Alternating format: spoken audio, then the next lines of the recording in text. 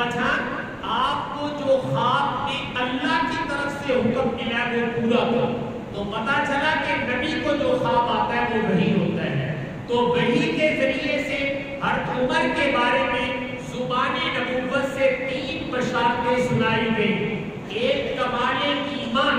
کہ اس شخص کا دین اور ایمان کامل ہوگا،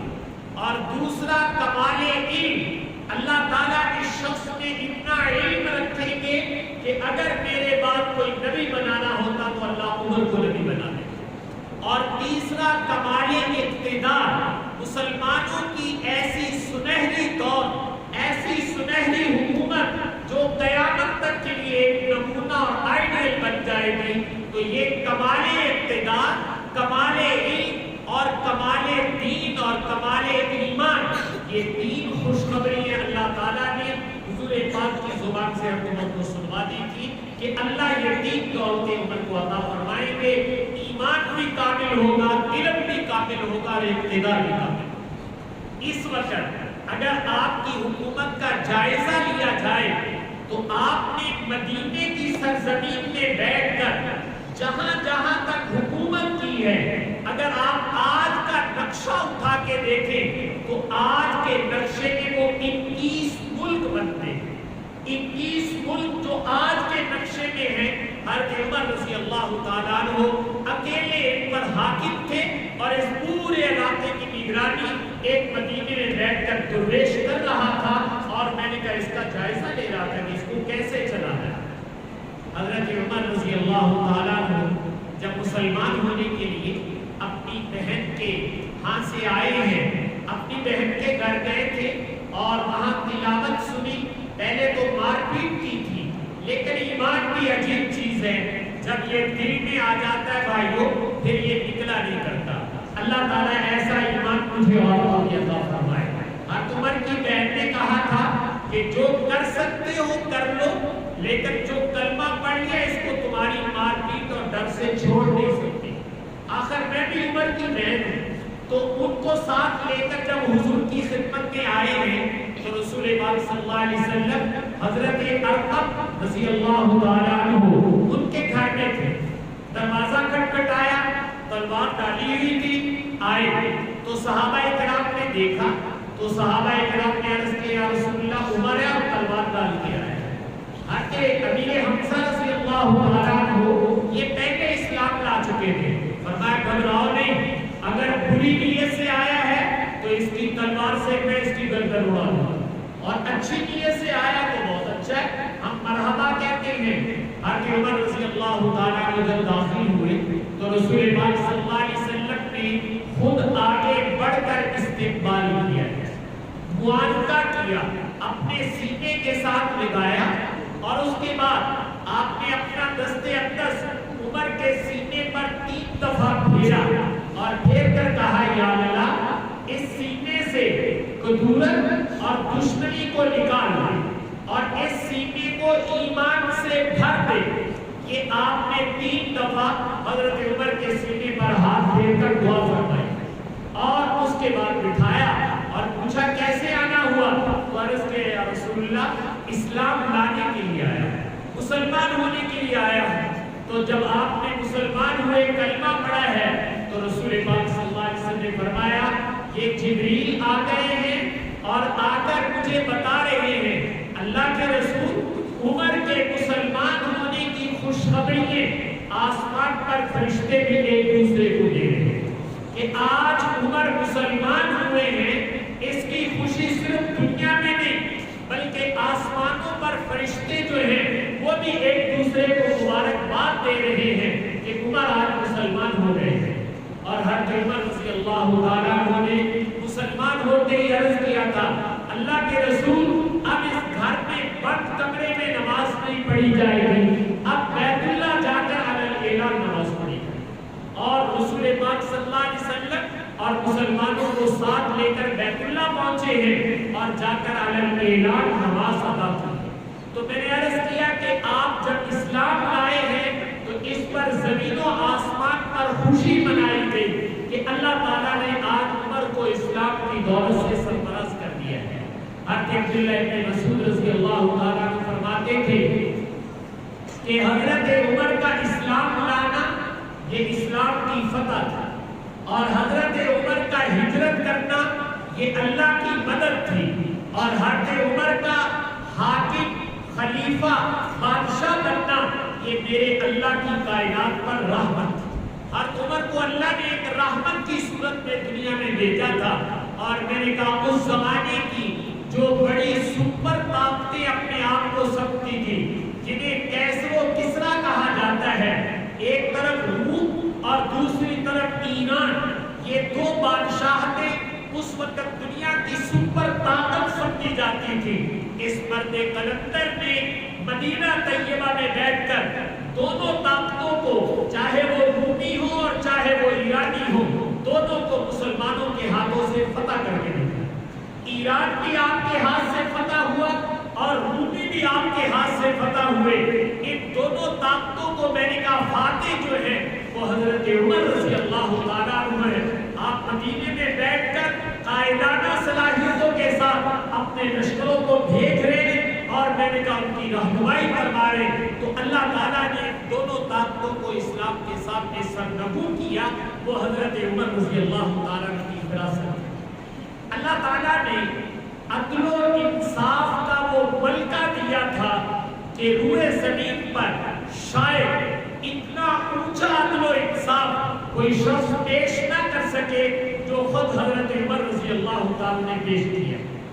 ایک موقع پر ایک صحابی غالباً حضرت ابی بن کعب رضی اللہ تعالیٰ عنہ، وہ کسی معاملے میں امیر المومنین کے ساتھ ان کا کوئی جھگڑا ہو گیا اور کہا عمر تیرے ہوتے ہوئے ہمیں انصاف نہ ملے۔ کہا یہ کیسے ہو سکتا ہے، بتاؤ کس سے فیصلہ کروانا ہے۔ تو انہوں نے ایک صحابی کا نام لیا کہ ان سے فیصلہ کرواتے ہیں، اور عمر نے کہا میں آپ کے ساتھ چلتا ہوں، وہ جو فیصلہ کرنے کے مجھے بھی منظور ہے۔ حضرت عمر رضی اللہ تعالیٰ عنہ وقت کے خلیفہ ہیں، لیکن حضرت ابی بن کعب کے ساتھ اس صحابی کے پاس گئے۔ جب ان کے گھر پہنچے تو انہوں نے دیکھا کہ امیر المومنین اور ابی بن کعب دونوں میرے پاس آئے ہیں اور کہا کہ ہم ایک فیصلہ کروانے آئے ہیں۔ وہ چارپائی پہ بیٹھے ہوئے تھے، تو انہوں نے امیر المومنین حضرت عمر رضی اللہ تعالیٰ عنہ سے کہا کہ آپ ادھر تشریف لے آئیں، سرحانے کی طرف بٹھا دیا، اور ابی بن کعب سے کہا آپ ادھر آ جائیں، ان کو دوسری جانب پائنتی کی جانب بٹھا دیا۔ جب آپ کو سرحانے بٹھایا اور ان کو پائنتی بٹھایا تو حالانکہ یہ تو دونوں اس وقت عدالت کے کٹہرے میں تھے، یہ برابر کے تھے، تو حضرت عمر رضی اللہ عنہ نے فرمایا کہ بھائی ہم تو تیرے سے انصاف لینے آئے تھے، میرے بھائی ابی نے کہا تھا کہ وہ انصاف کرے گا، تو تو انصاف نہیں کر سکتا، مجھے اور ابی کو برابر کھڑا کرو، ایک جگہ بٹھاؤ۔ انہیں مجھے سرحانے بٹھا لیا ہے، میری تعظیم زیادہ کی ہے، اور ابی کو پائنتی بٹھا لیا ہے، اس کی تعظیم نہیں کی۔ اس کا مطلب یہ کہ تیرے دل میں میری عظمت زیادہ ہے، جب میری عظمت تیرے دل میں زیادہ ہے تو تو میرے بارے میں انصاف کیسے کرے گا؟ لگتا ہے کہ تو کوئی میرے حق میں کہیں ڈنڈی نہ مار دے، مجھے اضافی چیز نہ دے دے، اس لیے پہلا انصاف یہ کر کہ مجھے بھی اپنے سامنے کھڑا کر، اور ابی بن کعب کو بھی اپنے سامنے کھڑا کر، ہمیں دائیں بائیں بٹھانے کی اجازت نہیں۔ تو میں نے کہا حضرت عمر رضی اللہ تعالیٰ نے اپنی ذات سے انصاف کے وہ نمونے پیش کیے ہیں کہ دنیا دنگ رہ گئی ہے کہ آیا انصاف اسے کہا جاتا ہے۔ ایک دفعہ آپ کے بیٹے عراق کے کسی ملک میں گئے، اور وہاں کے گورنر نے جو مسلمانوں کے سرکاری خزانے میں پیسے بھیجنے تھے تو ان بیٹوں کو وہ پیسے دے دے، کہا بیٹو یہ لے جاؤ چونکہ تم آئے ہوئے ہو، اور جا کر سرکاری بیت المال میں جمع کرا دیں، لیکن ساتھ ایک بات کہہ دی، سفر چونکہ لمبا ہے، پیسوں کا سنبھالنا ذرا مشکل ہوتا ہے، تو تم ایسے کرو ان پیسوں سے کوئی کاروبار کرو، سامان تجارت یہاں سے خرید لو، راستے میں بیچتے خریدنے جانا، مدینے میں جا کر یہ جو سامان خریدا ہوا ہے یہ بیچ دینا، اور جو نفع آئے وہ تم رکھ لینا اور جو اصل سرمایہ ہوگا وہ بیت المال میں جمع کروا دینا، تاکہ پیسے بھی پہنچ جائیں، حفاظت بھی رہے، اور تم کوئی نوکر تو نہیں ہو، تمہیں بھی کوئی فائدہ نہیں۔ حضرت عمر کے بچے جب واپس آئے اور راستے میں سامان تجارت خریدتے بیچتے آئے، اور جو سامان لے کر مدینے پہنچے وہ بیچا، اور بیچنے کے بعد جو اصل سرمایہ تھا مسلمانوں کا وہ بیت المال میں لا کر جمع کروا دیا، اور جو نفع تھا وہ اپنی جیب میں ڈال دیا، اور آ کر اپنے ابا کو بتایا کہ ابا جان اس طرح ہم عراق گئے تھے، وہاں کے گورنر نے پیسے دیے تھے اور یہ کہا تھا اس سے کاروبار کر لیں۔ حضرت عمر رضی اللہ عنہ نے فرمایا کہ اصل پیسے کہاں ہیں؟ کہا جی اصل تو سرکاری خزانے میں جمع کرا دیے۔ کہا نفع کہاں ہے؟ کہا جی یہ جیب میں ہے۔ فرمایا یہ بھی نکالو۔ ان سے وہ نفع بھی لیا اور کہا کہ یہ مسلمانوں کے مال کا نفع ہے، یہ تمہارے باپ کا مال نہیں تھا، یہ مسلمانوں کا مال تھا۔ تم کون ہوتے ہو اور عراق کا گورنر کون ہوتا ہے جو مسلمانوں کے مال کو یوں لوٹ لوٹ کے کھائے؟ لہٰذا یہ نفع بھی واپس لاؤ اور اس کو مسلمانوں کے بیت المال اور سرکاری خزانے میں جمع کرو۔ تو اپنے بیٹوں کی وہ محنت جو انہوں نے راستے میں کی تھی وہ بھی ساری لی اور لے کر سرکاری خزانے میں جمع کرا دی، تاکہ کل کو کسی کو موقع نہ ملے کہ وہ عمر پر انگلی اٹھا سکے کہ عمر کے زمانے خلافت میں ان کے بیٹوں نے سرکاری مال سے کوئی نفع حاصل کیا۔ تو میں نے کہا یہ عدل و انصاف حضرت عمر رضی اللہ تعالیٰ نے اپنے زمانے میں پیش کیا۔ آپ کی زوجہ محترمہ جب یہ روم کا علاقہ شام یہ فتح ہوا تو جو ہرقل روم تھا وہ بھی چونکہ اپنے علاقے کا بادشاہ تھا، اس کی حکومت سمٹ گئی تھی، لیکن وہ حضرت عمر کے ساتھ کوئی دوستانہ مناسب بڑھانا چاہتا تھا۔ خط و کتابت بھی ہوتی تھی، ہدیہ تحفہ بھی آتا جاتا تھا۔ تو حضرت عمر کی بیوی نے چونکہ وہ بھی بادشاہ کی بیوی تھی تو انہوں نے برابری کے لیے مدینے میں کوئی خوشبو تیار کی اور تیار کر کے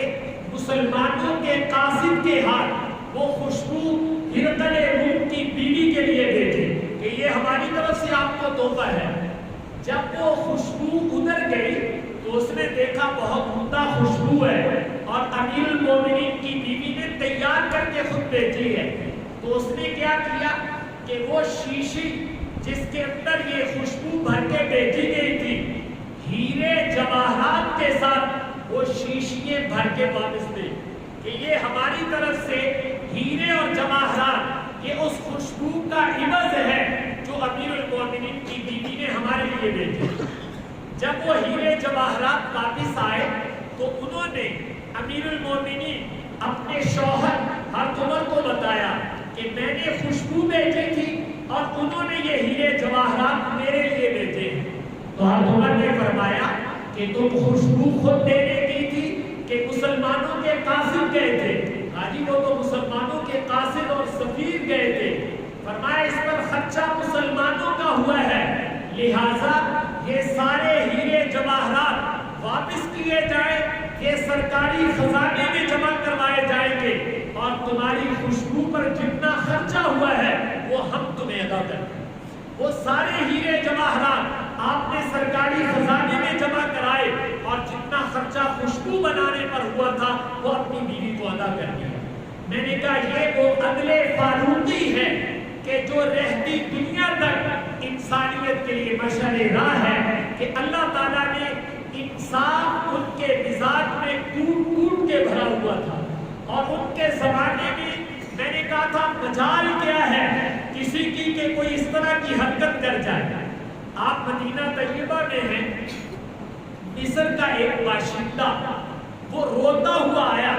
اور آقا عمر سے عرض کیا امیر المومنین آپ کے زمانے میں میرے ساتھ انصاف نہ ہو۔ فرمایا کیا ہوا بتاؤ؟ کہا ہوا یہ کہ مصر میں گھوڑے دوڑائے جا رہے تھے، گھوڑ دوڑ کا مقابلہ تھا، جو مصر کے گورنر ہیں ان کا بیٹا بھی گھوڑے دوڑا رہا تھا اور میرا بیٹا بھی دوڑا رہا تھا۔ میرے بیٹے کا گھوڑا اس سے آگے نکل گیا، وہ جیت گیا، اور جو گورنر کا بیٹا ہے اس نے میرے بیٹے کی پٹائی کی، مارا، اس کو نقصان پہنچایا، میں عدل اور انصاف کے لیے آپ کے دربار میں آیا۔ آپ نے فرمایا ادھر ہی ٹھہر جاؤ۔ آپ نے فوراً ایک رکتا خط لکھا جس میں کہا کہ گورنر اور گورنر کا بیٹا فی الفور مدینے میں آ جائے۔ اب گورنر مصر کا وہ بھی صحابی ہے اور ان کا بیٹا، یہ دونوں مدینے میں پہنچ گئے۔ جب مدینے میں آ گئے تو آپ نے اپنے سامنے بٹھایا اور بٹھا کر اس ایک عام مصری شخص کو بلایا، کہا کس لڑکے نے مارا ہے؟ کہا جی ہاں۔ تو آپ نے درہ اس کے ہاتھ میں دیا، فرمایا یہ بیٹھا ہوا ہے، اس کے سر پہ مارو اور اس کی کمر پہ مارو۔ اس نے مارنا شروع کیا۔ جب اس نے خود کہہ دیا امیر المومنین میرا بدلہ ہو گیا ہے، تو آپ نے فرمایا ہاں ہاں اب میں اس کو چھوڑتا ہوں۔ تو آپ نے اس گورنر کو مخاطب کر کے کہا تھا کہ تم نے لوگوں کو تب سے غلام بنا رکھا ہے، ان کی ماں نے تو ان کو آزاد جنم دیا تھا، تم نے ان کے ساتھ کیا معاملہ کر رکھا ہے؟ تو میں نے کہا امیر المومنین اپنی ذات ہو، اپنے بیوی بچے ہو، اپنے گورنر ہو، اپنی رعایا کو انصاف دیتے تھے، اور یہ انصاف تھا کہ جس کی برکت سے آج بھی ان کا نام عقیدت اور محبت سے لیا جاتا ہے۔ ایک دن آپ باہر چکر لگا رہے تھے کہ آپ نے دیکھا کہ ایک عیسائی بوڑھا وہ بھیک مانگ رہا ہے۔ تو آپ نے اس سے پوچھا کیا بات ہے، تم کیوں بھیک مانگتے ہو؟ اس نے کہا امیر المومنین جب میں جوان تھا، کمائی کرتا تھا، تو میں حکومت وقت کو ٹیکس دیتا رہا، اب میں بوڑھا ہو گیا ہوں، کمائی نہیں کر سکتا اور حکومت وقت کو ٹیکس بھی نہیں دے سکتا، تو اب مجھے بھیک مانگ کے گزارا کرنا پڑتا ہے، اس لیے لوگوں سے بھیک مانگتا ہوں اور پیٹ پالتا ہوں۔ آپ نے ہاتھ پکڑا اور اس عیسائی بوڑھے کو اپنے گھر لے کے آئے اور گھر لا کر کھانا کھلایا، جو خدمت کر سکتے تھے وہ کی، اور اس کے بعد آپ نے سرکاری اعلان کروا دیا کہ جو غیر مسلم ہماری رعایا میں رہتے ہیں، جب وہ جوانی میں ہمیں ٹیکس دیں گے تو جب یہ بوڑھے ہو جائیں گے ان کی کفالت کرنا حکومت اسلامیہ کی ذمہ داری ہوگی۔ کوئی غیر مسلم بوڑھا جو ہے وہ ایسے نہیں ہوگا کہ جب وہ کمائی نہ کر سکے تو اس کو بھیک مانگنا پڑے، یہ ہمارے فرائض اور ذمہ داریوں میں سے ہے۔ تو آپ نے حکومت وقت کی ذمہ داریوں میں یہ ڈال دیا کہ غیر مسلم بوڑھوں کی کفالت اور ان کی پرورش، ان کی ضروریات کا پورا کرنا یہ حکومت وقت کی ذمہ داری ہے، اور آپ نے اس ذمہ داری کو نبھا کر دکھایا۔ اسی طرح حضرت عمر رضی اللہ تعالیٰ عنہ کے زمانے میں جب آپ کسی علاقے کو فتح کرتے تو فتح کرنے کے بعد دو اختیار ہوتے تھے، ایک یہ کہ چاہو تو مسلمان ہو جاؤ، ہمارے بھائی بن جاؤ، اور چاہو تو اپنے دین پر رہو، ہم مجبور نہیں کریں گے اسلام لانے پر، لیکن اگر اپنے دین پہ رہنا ہے تو تمہیں جزیہ دینا پڑے گا۔ آج کی زبان میں جسے آپ ٹیکس کہتے ہیں اس کو عربی میں جزیہ کہا جاتا ہے، کہ چونکہ ہم تمہارے مال، جان، عزت، آبرو، اس کی حفاظت ہماری ذمہ داری ہے، اور آپ ہماری رعایا بن کے اپنے دین پر رہیں، لیکن ہمیں جزیہ اور ٹیکس ادا کریں۔ حضرت عمر رضی اللہ تعالیٰ نے ایک علاقے کو فتح کیا اور فوج وہاں تھی، اور وہاں کے علاقے والوں سے ٹیکس لے لیا، جزیہ لے لیا، لیکن پھر فوج کو آگے بڑھنا تھا اور علاقوں میں فتوحات ہو رہی تھی، اس فوج کو آگے جانا پڑا۔ انہوں نے کہا امیر المومنین ہمیں یہاں سے آگے جانا ہے اور آگے لڑائی میں شریک ہونا ہے۔ تو امیر المومنین نے خط لکھا کہ اس علاقے والوں سے تم نے ٹیکس لیا ہوا ہے کہ ہم تمہاری حفاظت کریں گے، اور تم ان کو چھوڑ کر آگے جا رہے ہو بے یارو مددگار، تو ایسے کرو جو ان سے لیا ہوا ٹیکس ہے پہلے ان کو واپس کرو،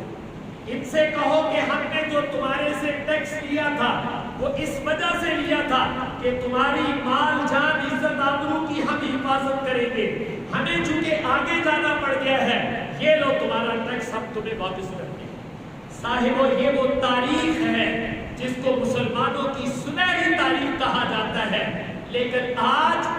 میں اور آپ اپنی اس سنہری تاریخ سے آشنا ہی نہیں ہے، میرے نالج میں نہیں ہے کہ میری تاریخ کیا ہے۔ عمل کرنا تو بھائی بڑی دور کی بات ہے، ہم ابھی عمل کی بات نہیں کر رہے، ہم یہ کہہ رہے کم از کم میرے حاکم کے علم میں تو ہونا چاہیے کہ مسلمانوں کے حکام کس اعلیٰ درجے کے لوگ گزرے ہیں اور کس عدل و انصاف والے لوگ گزرے ہیں۔ اگر ان کی زندگی کو دیکھ لیا جائے تو کم از کم ہمیں مملکت اور اسٹیٹ چلانے کا قرینہ اور سلیقہ آ جائے۔ ارے مغربی دنیا تو آج بھی ہر عمر کے قانون کو فالو کرتی ہے، مانتی ہے، اور جو ان کو ماننے والے ہیں ان لوگوں کو یہ پتہ ہی نہیں کہ عمر نے اسٹیٹ اور مملکت کا نظام کس طریقے سے چلایا۔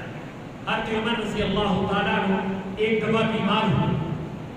حکیم نے کہا کہ آپ کی بیماری کا علاج وہ جو دوائی تیار ہوگی تو اس کے اندر شہد آپ کو استعمال کرنا پڑے گا۔ حضرت عمر نے کہا میرے پاس تو شہد نہیں ہے،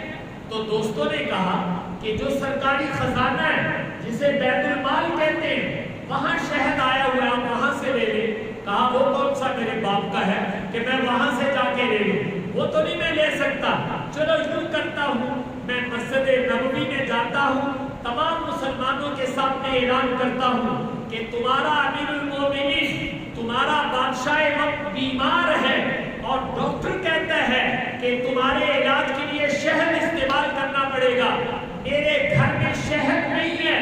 اگر تم سارے مسلمان اجازت دو تو بیت المال میں شہد آیا، میں تھوڑا سا شہد لے لوں۔ آپ نے مسجد میں جا کر اعلان کیا، جب تمام مسلمانوں نے اجازت دی تو پھر آپ نے اپنی ضرورت کے بقدر شہد استعمال کیا۔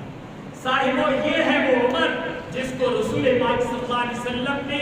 اللہ سے مانگ کر لیا تھا کہ یا اللہ یہ مجھے دے دے، اس لیے کہ اس کی وجہ سے دنیا میں اسلام سربلند ہوگا۔ اور یقیناً میں نے عرض کیا کہ انہوں نے اپنی ذات سے ایسا نمونہ چھوڑا کہ قیامت تک شاید اس کی مثال بھی دنیا پیش نہ کر سکے۔ جب حضرت ابوبکر کا انتقال ہونے لگا تو آپ نے حضرت عمر کو خلیفہ بنا دیا، اور خلیفہ بنا کر آپ نے دو باتیں کہی۔ کہا اگر اللہ نے میرے سے پوچھا کہ اپنے بعد کس کو خلیفہ بنا کر آئے ہو تو میں کہہ دوں گا یا اللہ روئے زمین پر میری نظروں میں جو سب سے تیرا نیک بندہ تھا میں نے اس کو خلیفہ بنا۔ اگر اللہ میرے سے پوچھے کہ کس کو خلیفہ بنا کر آئے ہو تو میں کہہ سکتا ہوں کہ روئے زمین پر تیرے بندوں میں جو سب سے زیادہ نیک تھا اس کو خلیفہ بنا۔ اور پھر آپ نے یہ بھی فرمایا تھا کہ میں نے حضور اقدس صلی اللہ علیہ وسلم کی زبان اقدس سے سنا تھا کہ یہ سورج جو دنیا پہ طلوع ہوتا ہے یہ عمر سے بہترین آدمی پر کبھی بھی سورج طلوع نہیں ہوا، یعنی آپ نے اپنی امت کا بہترین فرد حضرت عمر کو قرار دیا۔ تو اللہ تعالیٰ نے ایسی صلاحیتوں سے نوازا تھا اور حضور کے ساتھ اتنی گرمی تھی، عشق اور محبت کا تعلق تھا کہ ایک موقع پر جب سیدنا عباس رضی اللہ تعالیٰ عنہ جو حضور کے چچا ہیں یہ غزوہ بدر کے موقع پر گرفتار ہوئے اور مسلمانوں نے قتل کرنا چاہا اور عمر آڑے آ گئے، فرمایا نہیں یہ میرے نبی کے چچا ہیں، میرے نبی کو پسند نہیں، باقی بھلے سب کو قتل کر دو لیکن عباس کو ہی میں قتل ہونے دوں۔ حضور کی منشا کو پہچانتے تھے۔ ایک موقع پر جب یہ مسلمان ہوئے تو آپ نے عرض کیا یا رسول اللہ اگر میرا باپ خطاب زندہ ہوتا اور آج وہ مسلمان ہوتا تو مجھے اپنے باپ کے مسلمان ہونے کی اتنی خوشی نہ ہوتی جتنے آپ کے چچا سیدنا عباس کے مسلمان ہونے کی خوشی ہے، اس لیے کہ میں سمجھتا ہوں عباس کے مسلمان ہونے سے آپ کے دل کو ٹھنڈک پہنچی ہے تو ہمیں اپنے دل کی ٹھنڈک آپ کی ٹھنڈک پہ قربان کر دیں،